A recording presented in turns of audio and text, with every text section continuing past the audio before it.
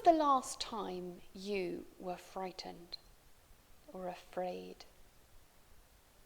The other day, I found a very large spider. It was about this big.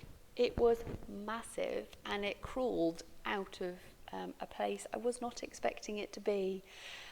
And it was very large, and I was a little bit frightened. I'm not normally frightened of spiders, just don't like them on me. But what do you do when you're frightened? Sometimes when we're afraid, we forget about the promises of God.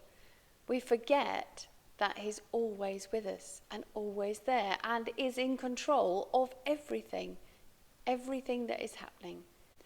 This next story takes place a long, long time after Moses and the people went through the sea. It's in the New Testament, which is the second part of the Bible, the bit that talks about Jesus and all of the things that he did and the things that we can learn about. And this story tells us about a time where Jesus' friends were really frightened. The captain of the storm. The sun was going down. The air was warm and still. "Let's go across the lake," Jesus said to his friends. Jesus had been helping people all day and now he was tired. So they left the crowds at the shore and set out in a small fishing boat. Jesus climbed into the boat to take a nap. As soon as his head touched the pillow, he was fast asleep. It was a beautiful evening. A gentle breeze rustled the sails.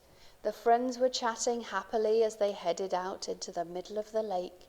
Everything was perfect, just right for a nice, quiet sail.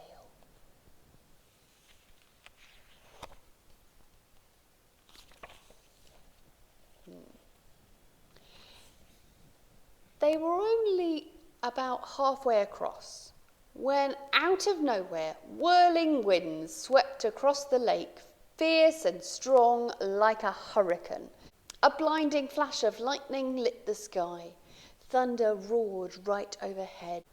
The storm blew the water into towering waves that hurled the little boat up, up, up, and then sent it hurtling, crashing back down, down, down.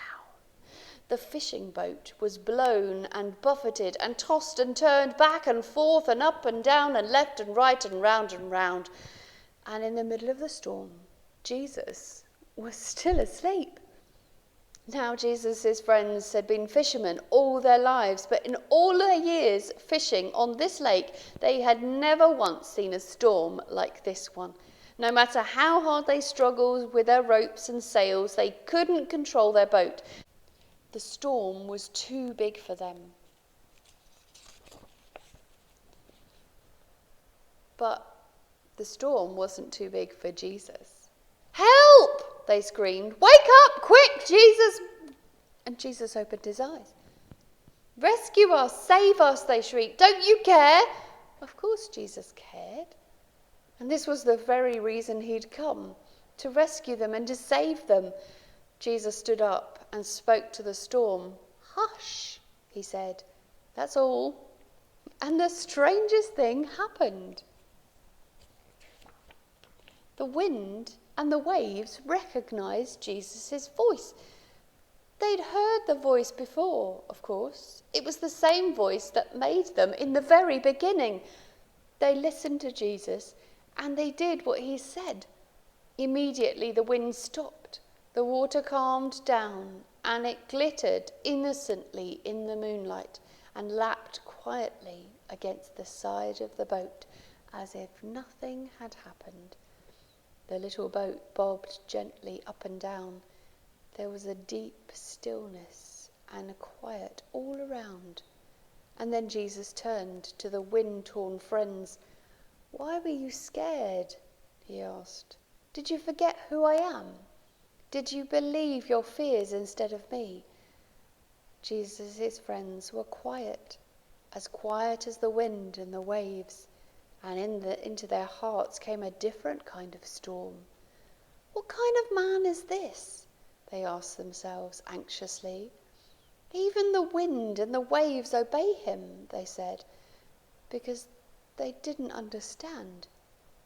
They didn't realize yet that Jesus was the Son of God.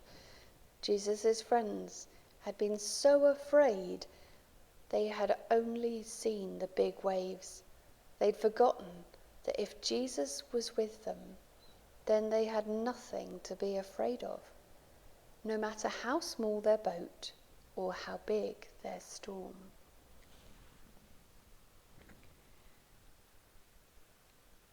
I wonder if you've known about God's power for a very long time. Or is today the first time that you're hearing about it? Is there something going on in your life that you want Jesus to calm or transform? This next song talks about how Jesus is our hero. Let's use it to thank him for all the things that he's done.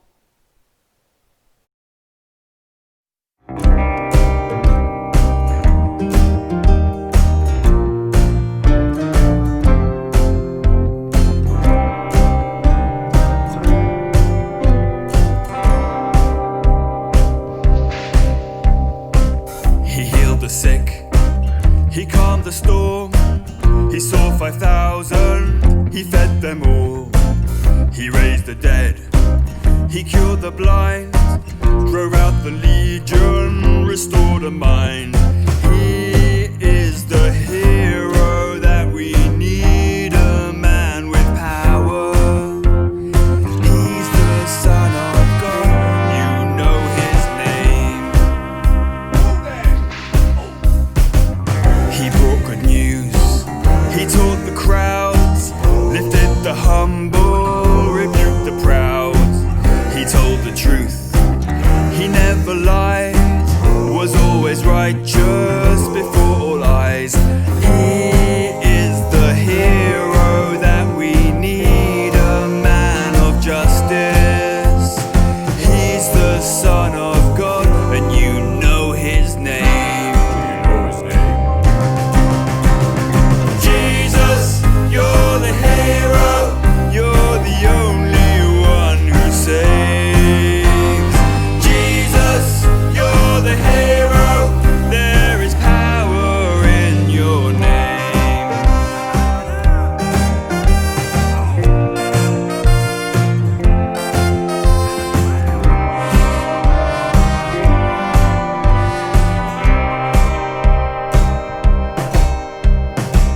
They saw his life, they heard him speak, they saw the signs but would not believe.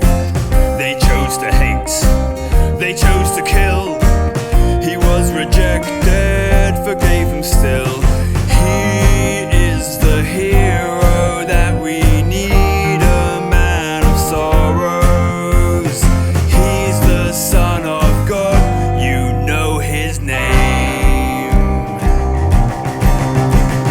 Jesus, you're the hero, you're the only one who saves. Jesus, you're the hero, there is power in your name. Jesus, you're the hero, you're the only one who saves. Jesus, you're the hero, there is power in your name.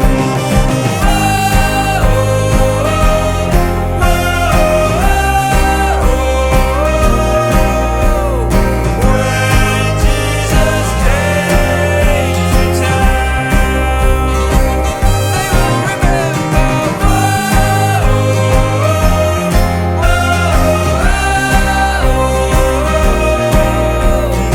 when Jesus came to town.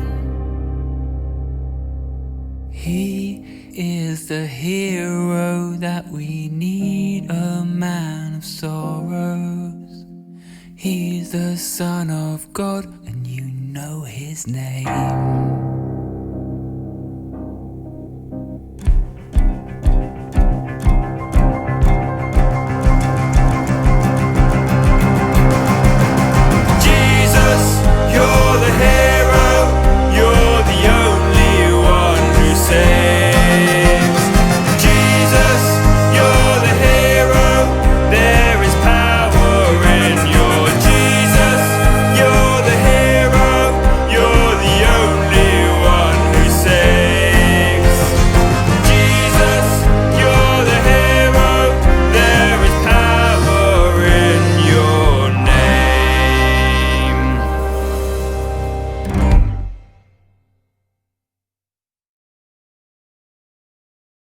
Why not make yourself this origami boat and reenact the story?